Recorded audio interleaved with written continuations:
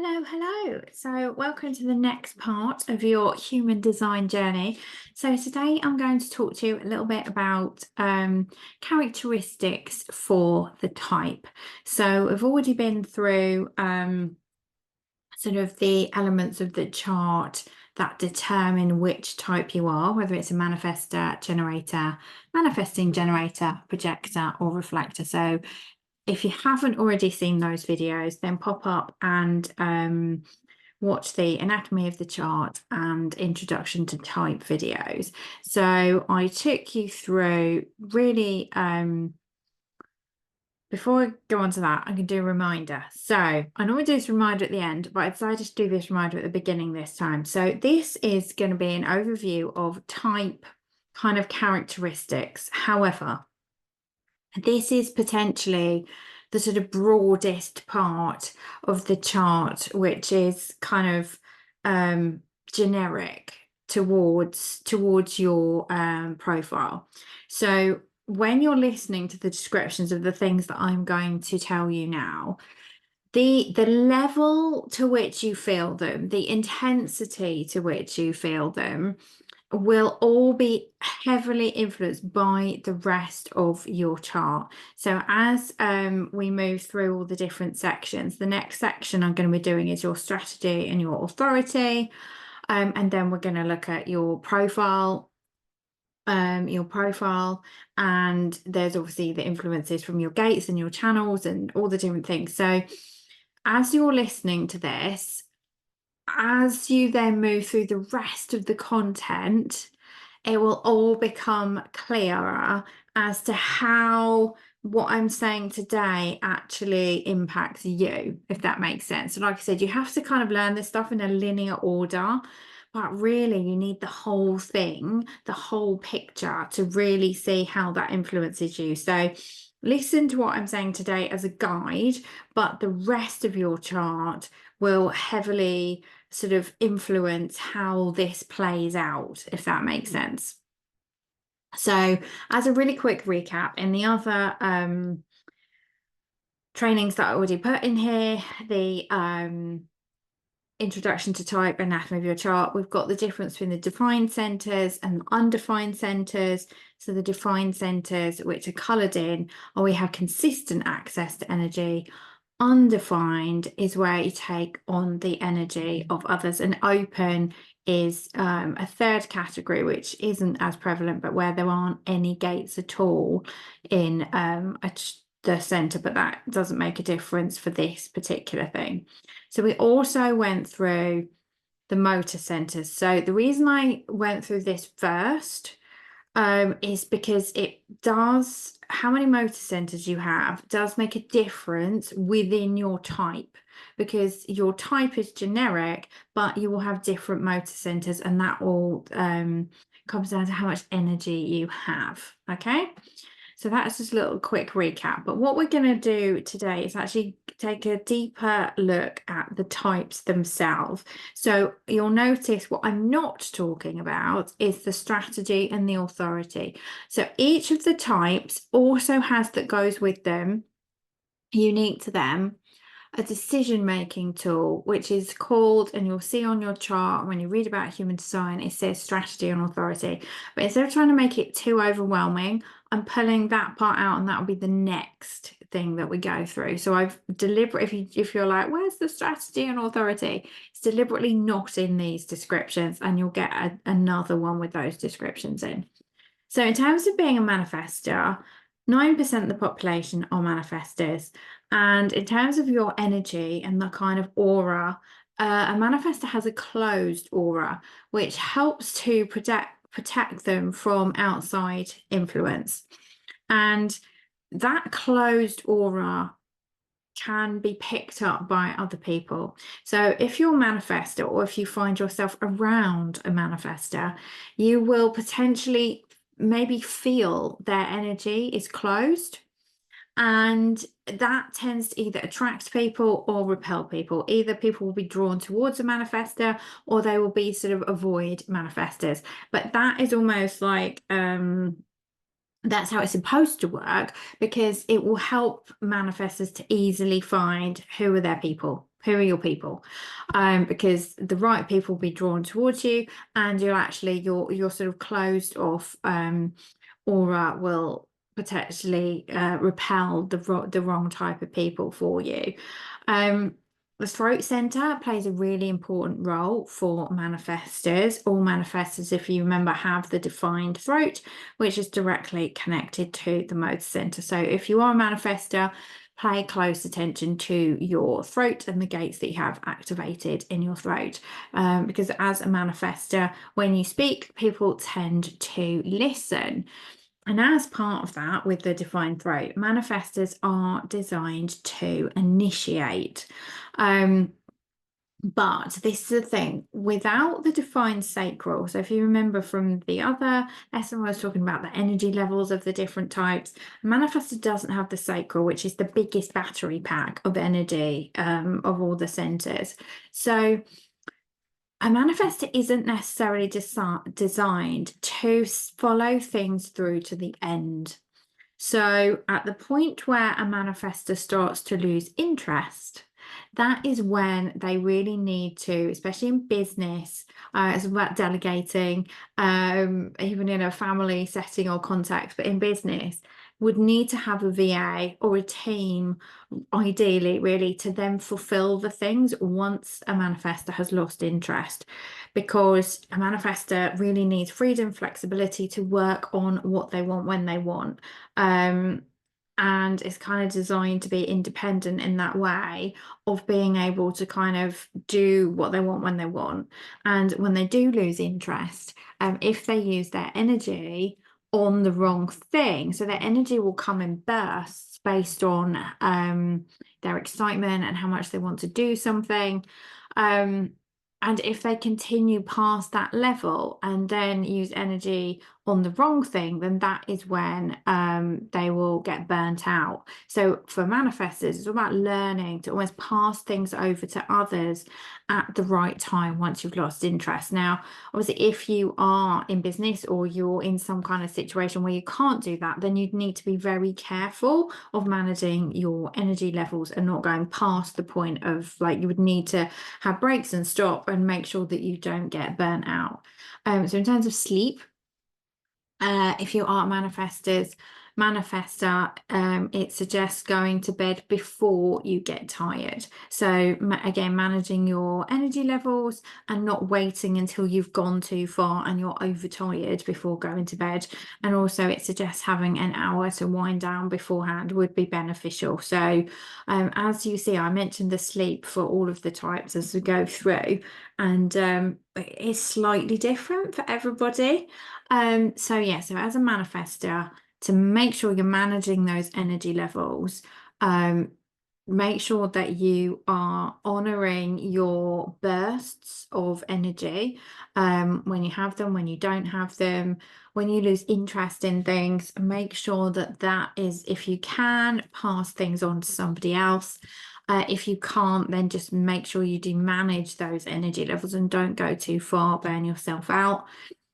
Go to bed before you're tired, having an hour to kind of wind down beforehand.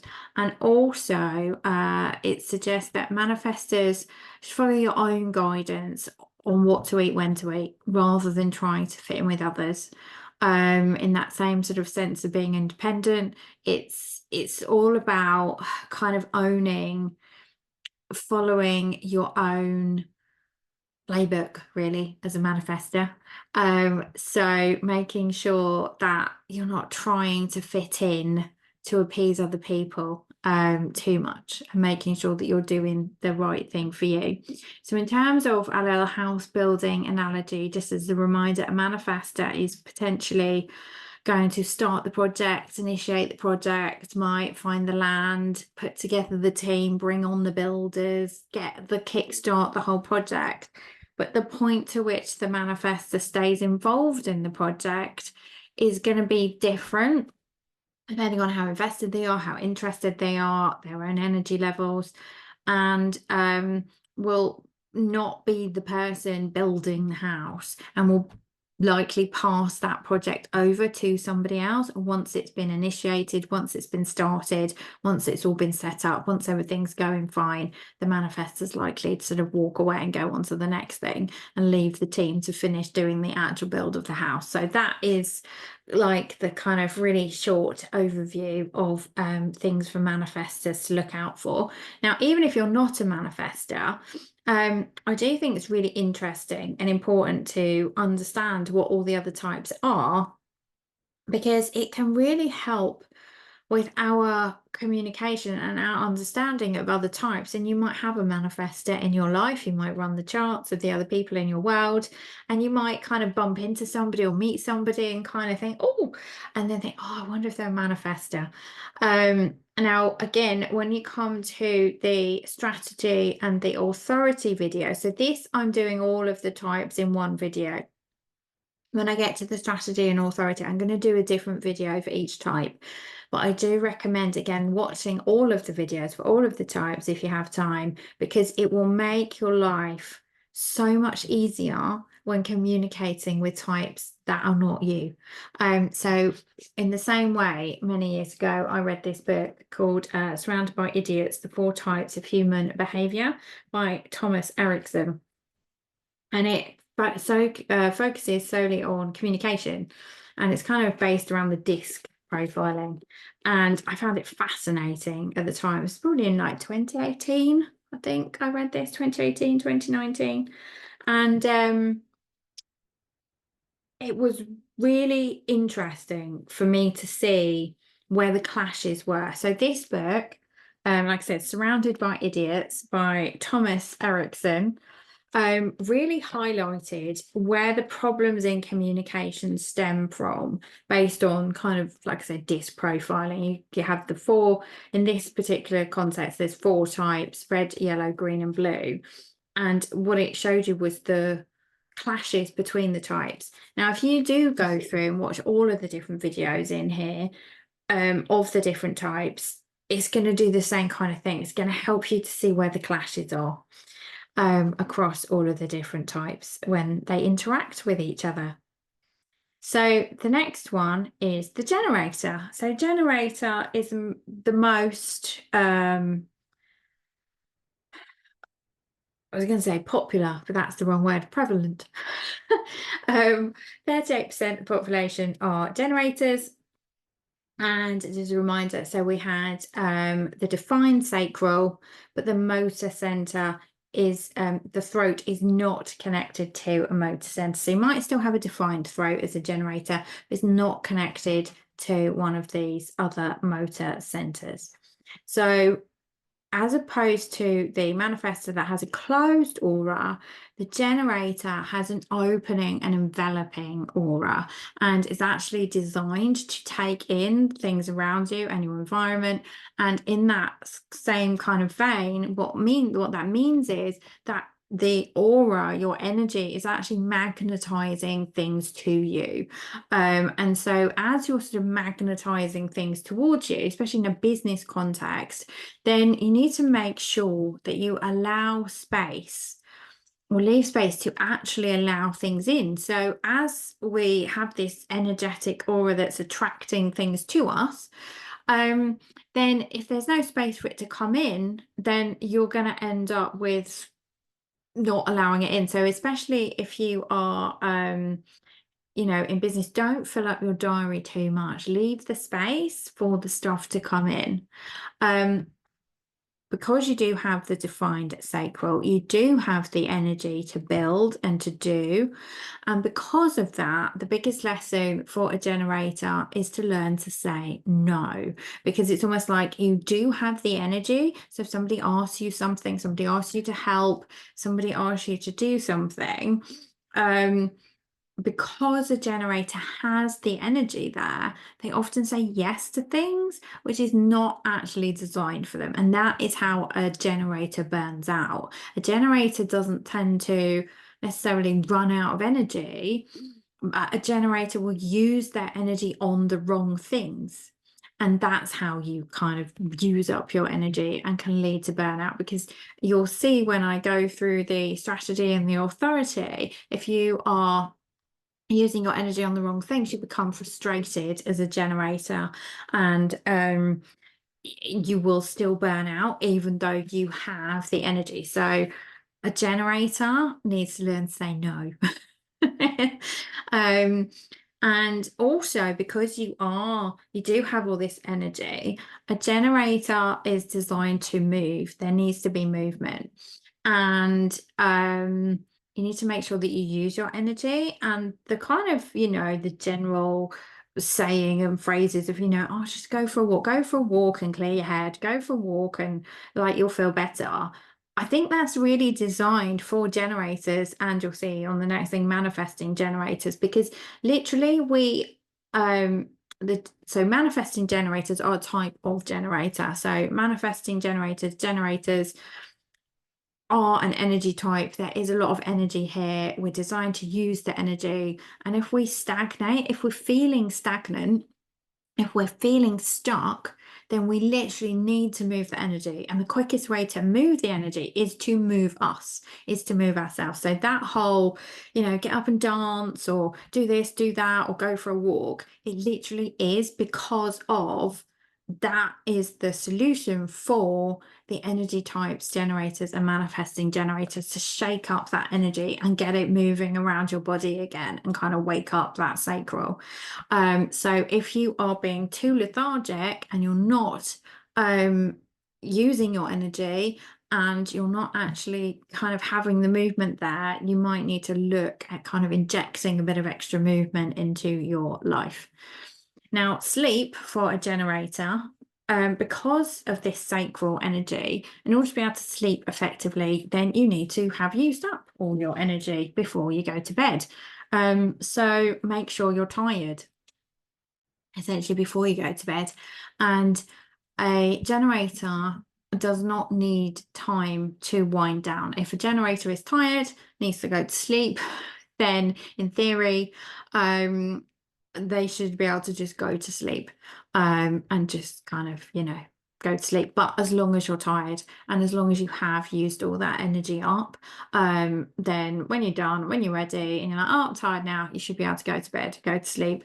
Now, I'm a manifesting generator, and there is that same thing of you need to have used all your energy before you go to bed. And for me, I do know that if I'm not tired, there is literally no point me saying, oh, we'll get an early night, because I'm not going to go to sleep. There's no point in me going to bed unless I actually feel tired and I have used up my energy, or I won't sleep.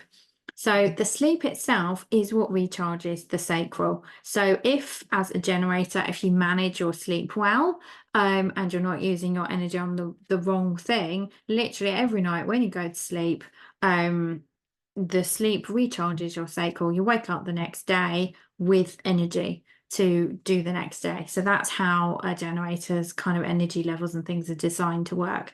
As long as you use up your energy during the day, it's like literally you sleep, you fill up your battery reserve, use it all up during the day, it runs out, go to bed. It's like a kind of loop. So that is a kind of overall picture for a generator. Now, a manifesting generator is, as I mentioned in the other videos, it is a combination of the two, of the manifester and the generator. So again, the kind of in the description is very similar. So a manifesting generator will have that same enveloping aura, whereas magnetizing things towards them, etc. But it will also have more of an impact on people, which is where that manifesting part comes from, and the defined throat. So it's all the same kind of things to start with as the generator. So making sure that you also learn to say no to things. Just because you have the energy doesn't necessarily mean it's right for you. The movement, again, making sure that you're moving. If you're feeling stagnant or you're feeling stuck, move in some way to get the energy flowing again. So the thing that makes the Mani-Gens different is we like to work on a variety of things at once. So where potentially a generator may be more singular focused, not extensively. Now, this is where, again, the rest of your chart will play into that. So how much a generator is singularly focused will be highly influenced by their profile and by other parts of their chart. But as a generic, wide sweeping statement, manifesting generators like to multitask, pursue multiple interests, do work on a variety of things at once. And I think it's really important for myself, I was almost conditioned that we should do one thing at once. And I don't work like that. And actually, the best way for me to actually be efficient is to do multiple things at once and to skip around and do this, do that, do the other. And it's not actually wrong for me to do that. So that was something that I learnt, was that actually me wanting to do lots of different things and skipping from one, bouncing around from one thing to the other is actually right for me. As long as I still get it all done, the most effective way for me to do it is to switch between stuff as I am kind of intuitively guided. And the worst thing that you can do is not do that just because you think you shouldn't. So really play into that if you do discover your manifesting generator and see how that works for you. Now, manifesting generators tend to have the most energy of all of the energy types, and because of that tend to move faster than the other energy types, tend to work and learn quickly.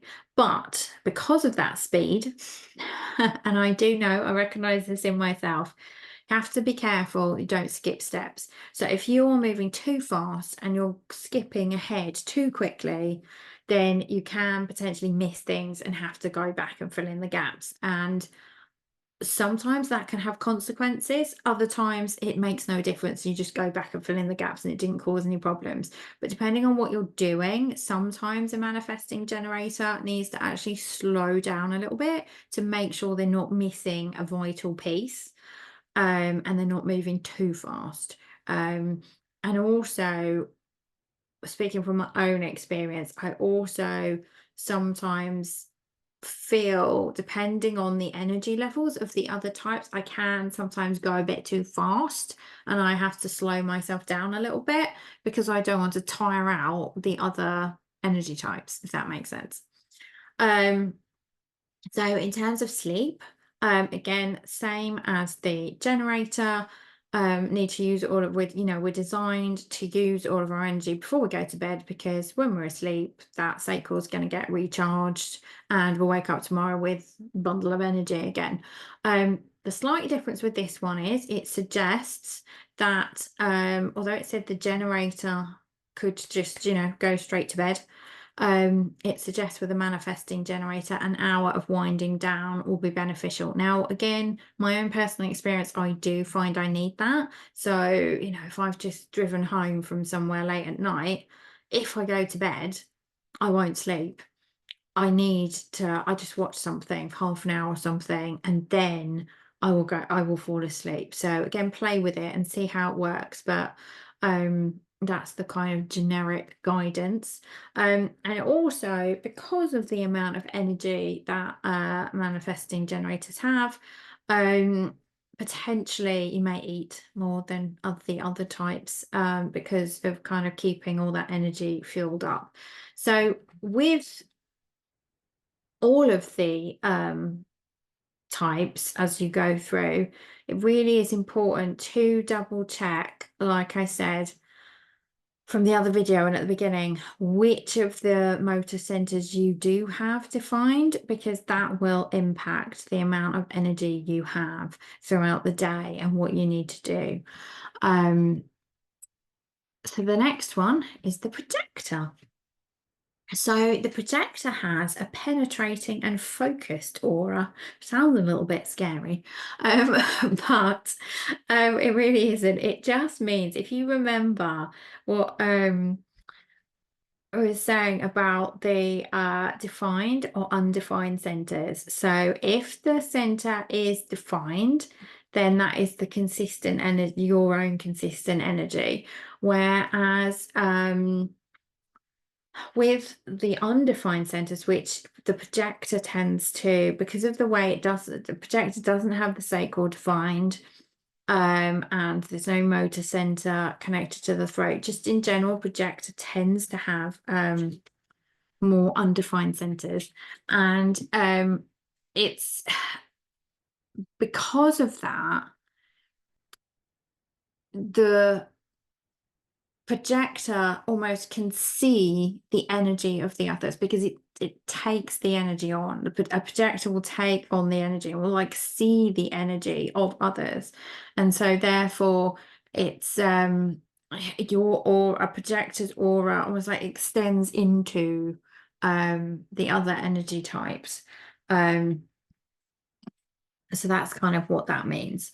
So you are classed as, if you're a projector, classed as a non-energy type because of that undefined sacral. But like I said, do check the other motor centers because I have quite a lot of projectors in my world, and the variation across the different levels of energy is quite high, because the definition for the projector is just that you don't have the sacral defined. So I know some projectors that actually have all of the other three motor centers defined, and I know some projectors who have none at all. So do check your own chart, because all of the guidance around how much rest you need. So as I start to talk about this now, the generic kind of advice is around projectors needing lots of rest and not spending their time on the doing the do the same way that the generators are manifesting generator, but that will depend on how much energy you have as a projector, will depend on all of your other centers as well. But in general, the guidance for projectors is to really make sure that you limit the time spent on things that feels energetically draining. So the other types are the generator, manifesting generator, are here to kind of do the building and the doing. So if we go back to our house building scenario, the people who are actually doing the building and the physical work are likely to be generators and manifesting generators. Now, I'm not saying all manifestors and manifesting generators do physical work. I'm just trying to use an analogy that kind of helps explain it, in terms of energy levels, not literally in terms of job description. Whereas a projector in the house analogy would be the project manager, would be guiding everybody and kind of not really getting too involved in the actual doing of the project. And the reason that the projectors are here to do the guiding is because of this ability to see the energy of others, so they can see, you know, what needs to be said and what needs to happen, and they are here to guide us. So one of the biggest challenges for a projector is learning that this rest is what is right for a projector, and not living as a generator or manifesting generator, because, you know, depending on how, you know, you've been brought up, who else you've been around, your own levels of kind of personal development or self-awareness, your environment, all different things are going to come together. It's whether or not you have ended up sort of moving towards living as a projector anyway, or if you've been guided and nudged the other way and you're kind of living as a generator or manifesting generator, trying to keep up with everybody else when actually that's not what you're designed to do. So it kind of sounds counterintuitive, but for projector, prioritizing rest is actually the fastest way to success, and if not, then it's likely to lead to health problems. So a projector who is sort of unaware of that they're a projector and their energy levels, trying to keep up with the other energy types, is likely to end up actually with health problems. And it's really understanding that for a projector, your insights and guidance is your superpower, not the doing. Now, it's not saying you're not going to do anything. and you will have a certain amount of energy that you can expend on doing different things, but it's just really making sure that you are honoring how you feel and the level of rest that you need. Now, another thing which I will go into much more detail on the strategy and authority is, for a projector, mastering the timing of this guidance is really key for a projector. So that becomes clear as to how to do that and what that's all about when I go into the strategy and authority part. But the guidance that projectors give, in the same way that generators and manifesting generators have to learn to say no, a projector has to learn the timing of the guidance and the wisdom that they give. So for projectors, it's a case of going to bed before you get tired. So obviously we're thinking about all this advice based on our energy levels. So the manifester was before you get tired, the projector is before you get tired, the generator and the manifesting generator is you need to be tired, otherwise you won't sleep. But in order to not get burnt out, a projector needs to actually go to bed before they get tired. And actually, because again of these energy centers and taking on other people's energy and everything, the wind down time beforehand, if you can be alone for that, obviously it depends on your situation, how that works, but time on your own would also be beneficial because you're going to be in your own energy and not taking on the energy of somebody else before you go to sleep. Some people do say, as a projector, depending on how sensitive you are, it might be beneficial to sleep alone, but some people are like, it doesn't affect them, it doesn't bother them, they don't like that idea. But just at some point during the day, a projector is likely, it's going to be best beneficial for a projector to really just make sure there is some alone time there to get into their own energy and to kind of clear everything out and make sure you go to bed, before you get tired. Now, again, in terms of managing this energy levels, food-wise, smaller regular meals is going to help manage a projector's energy levels rather than one big heavy meal and getting it all here once.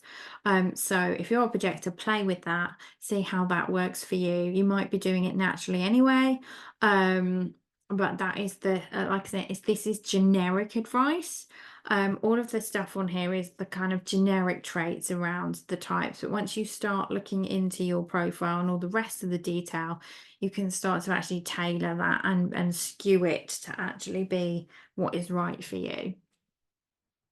So the last is the reflector, which is 1% of the population. So the reflector is characterized by having no defined centers at all. So it's like the next step on from the projector. And instead of having a sort of penetrating aura, a reflector is described as having a sampling aura, but also they have a resistance. So if you were to think about being a reflector and having, completely undefined centers, taking on all the energy of the others, a reflector does have a sort of built-in resistance in their aura, which helps them to not take on the energy that doesn't feel good to them. So it's almost probably like a spidey sense of, oh, not that person's energy. I'm not taking that on, to help protect you as well. But in general, because a reflector is taking on the energy of others, they act basically as a mirror reflecting back the energy to others and are also deeply influenced by their environment. So I think later on I've said time alone in nature is incredibly restorative for reflectors as well. So if you know any reflectors or you are a reflector, being out and about in nature and taking on that natural energy from the universe and finding your way back to your own energy is going to be really important to you, and you will potentially know instinctively which environments work for you and which don't. But because of this undefined centers, reflectors, they do get to experience the full range of human behaviors and energies, and so the the projectors have a level of wiseness and guiding, but the reflectors is almost like the next level because of the amount that they would experience as they move through the world. Once they have, kind of reflected on it. Then they are the wisest of all of the energy types. So in the same way as the projector does, the reflector also needs to have plenty of rest.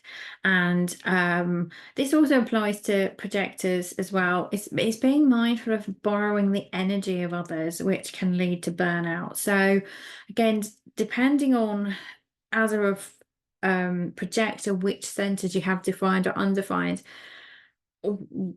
anyone with an undefined center, when you are around a person with that corresponding defined center, you are going to take on the energy of that person. So a reflector, let's say a reflector was hanging out with me.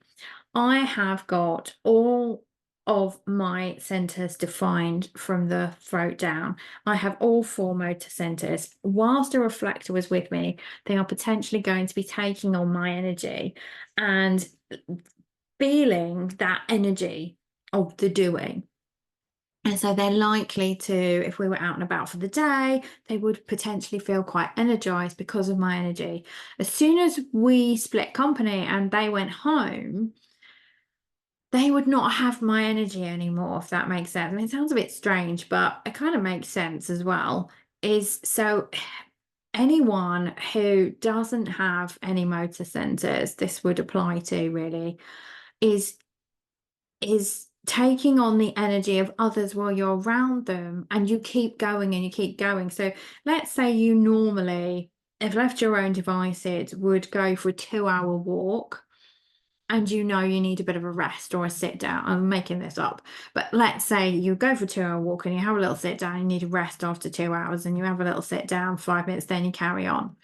Now, if you are around somebody else who has all this energy, you're gonna not sit down after the 2 hours. You might keep going for 3 hours, 4 hours, 5 hours. But then your body, it's not really your energy. And once you've finished and you've left that person, that's when you can crash and burn. So this sort of this could apply to a projector as much as a reflector, just being really mindful of your own energy and your own kind of what you know about yourself and what you know about your body, so that when you're around others, you don't overextend yourself and then crash and burn after whoever that is left. And yeah, that does apply to projectors as well to some extent. So sleep, going to bed before getting tired, and also having this wind down time alone, again, to kind of regulate your own energy, is beneficial for the reflector.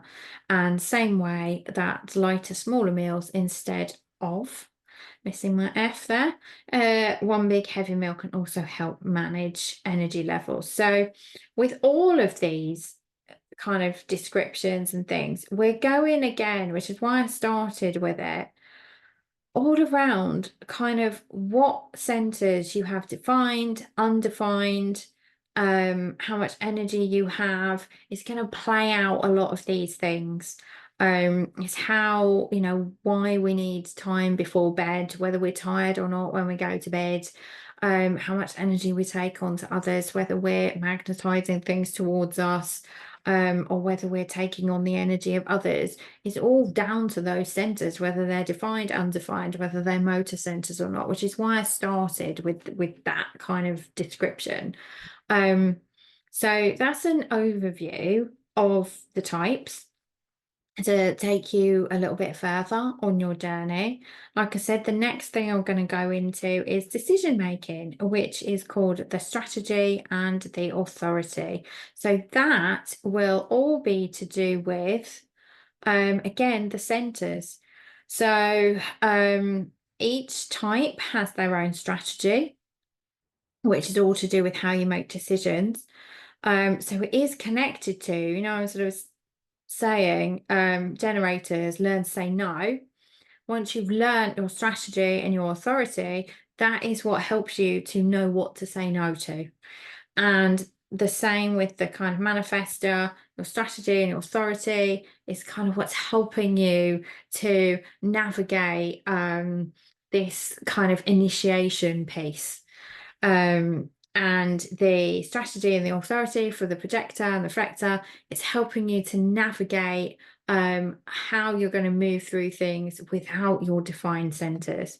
And the authority comes from, again, each person's authority comes from one of the centers.